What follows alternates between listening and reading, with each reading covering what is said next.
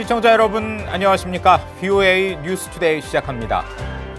이 한국 정부가 한일 군사정보보호협정 지소미아 종료 연기를 결정한 데 대해 미 정부와 의회는 일단 긍정적인 평가를 내렸습니다.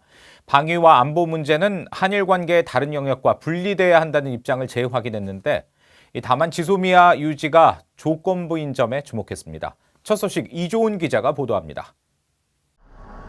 미국 국무부는 환영의 입장을 표했습니다. 국무부 대변인실은 22일 VOA에 이번 결정은 같은 생각을 가진 동맹이 양자 간 갈등을 넘어 협력할 수 있다는 긍정적인 메시지를 보낸다며 이같이 말했습니다. 또 한국과 일본이 항구적 해결책을 확보하기 위한 진지한 논의를 계속하길 바란다며 미국은 방위와 안보 문제가 한일 관계의 다른 분야들과 별개로 남아 있어야 한다는 점을 강하게 믿는다고 강조했습니다. 그러면서 미국은 한국, 일본과 함께 양자 그리고 3자 안보 협력을 계속 추구할 것이라고 밝혔습니다. 미국 의회도 한국 정부의 이번 결정을 긍정적으로 평가했습니다. 다만 지소미아 연기가 조건부인 점에 주목했습니다. 애덤 스미스 하원 군사위원장은 VOA에 비록 조건부이긴 하지만 올바른 방향으로의 한 걸음이라며 한국이 장기적으로 이 협정 갱신을 위해 일본과 협력하길 희망한다고 밝혔습니다. 또 이 협정이 그들의 안보에 큰 도움이 되고 협정 종료는 경쟁국에게만 이득을 주며 영내 안보를 저해할 것이라는 점을 동맹국들이 인정했다는 데 고무돼 있다고 전했습니다. 반 메넨데즈 상원 외교위 민주당 간사도 VOA에 문재인 한국 대통령과 한국이 우리의 동맹과 양자 협력에 큰 도움이 되는 현명하고 판단력 있는 결정을 내렸다며 훌륭한 소식이라고 밝혔습니다. 앞서 상원은 지소미아 종료를 하루 앞두고 지소미아 연장 촉구 결의안을 상정 하루 만에 만장일치로 채택했습니다. South Korea has taken the counterproductive step of moving to end its participation in a key information sharing agreement with Japan. We have a critical week in that regard this week. This increases the risk to U.S. forces in Korea and damages the U.S.-Korea alliance. 미국 정부와 의회는 한국 정부의 이번 결정에 일단 다행이라는 분위기지만 조건부 연장인 만큼 한일 관계 개선을 촉구하는 목소리는 이어질 전망입니다. VOA 뉴스 이존입니다. 존 설리번 미 국무부 부장관과 데이비드 스틸웰 동아태 차관보가 22일 일본 나고야에서 열리는 G20 외교장관 회의에 참석합니다. 설리번 부장관은 23일 한국의 강경화 외교장관과 만나 방위비 분담금 협상과 한일 갈등 등 양국 간 현안을 논의할 것으로 알려졌습니다. 앞서 국무부 대변인실은 22일 한국 정부의 지소미아 갱신 결정을 환영한다는 입장을 밝히면서 미국 대표단이 G20 외교장관 회의 기간 동맹을 더욱 강화하기 위해 한국과 일본 대표단과 만나기를 기대한다고 설명했습니다. 한편 강경화 한국 외교장관과 모테기 도시미스 일본 외무상도 이 기간 별도로 만나 지소미아 연장과 양국 간 수출 규제 조치 문제 해결 방안 등을 논의할 것으로 전해졌습니다. 북한에 억류됐다 혼수 상태로 석방된 뒤 며칠 만에 사망한 오토 원비어의 부모가 한국을 방문했습니다. 원비어 씨 부부는 세계 곳곳에 숨겨진 북한의 자산을 찾아낼 것이라면서 북한이 운영하는 독일 내 호스텔 문도 닫게 할 것이라고 말했습니다. 이현철 기자입니다.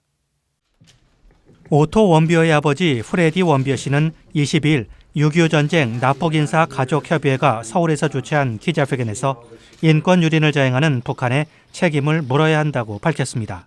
그러면서 법적 차원에서 북한을 압박하는 것이 궁극적으로 북한을 대화로 이끌어내는 유일한 방법이라며 전 세계에 있는 북한의 자산을 찾아내 회수할 것이라고 말했습니다. My mission would be to hold North Korea responsible to discover, recover and discover their assets around the world.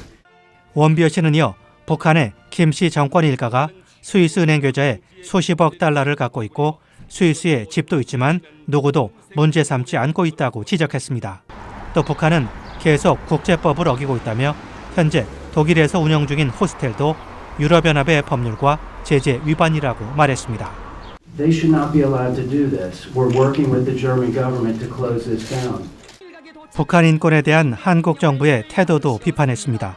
오토 원비어의 어머니 신디 원비어 씨는 한국 정부가 핵무기 때문에 북한 인권을 논하지 않는 것은 내가 아닌 다른 사람은 살해해도 괜찮다는 것과 같다고 비판했습니다. If this administration is not giving you the help you need, pressure needs to be applied as to why. why noon is not helping these families.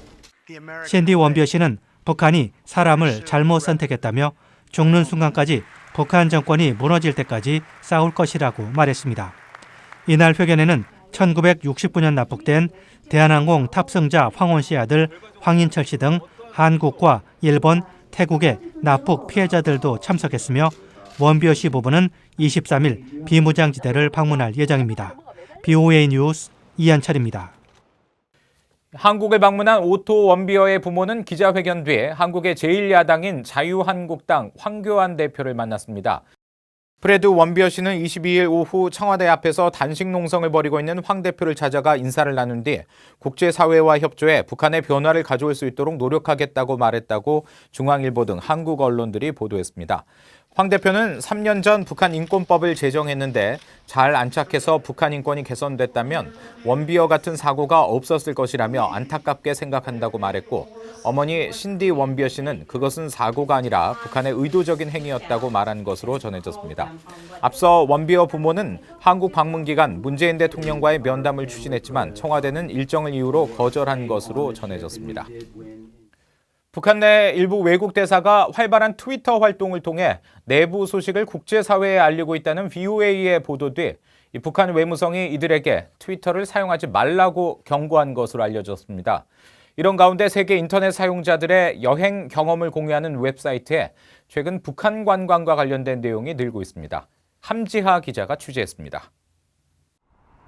북한 외무성이 최근 평양의 모든 외국 대사관에 서한을 보내 북한 사회에 관한 것들을 트위터를 통해 공유하지 말라고 경고했다고 복수의 외교 소식통이 BOA에 말했습니다. 북한 외무성은 특히 트위터 활동이 활발한 일부 대사들에게 북한의 안정에 저해되는 트위터 등 소셜미디어 등은 용인할 수 없다며 활동을 멈추지 않으면 더 큰 문제에 직면하게 될 것이라고 말한 것으로 알려졌습니다.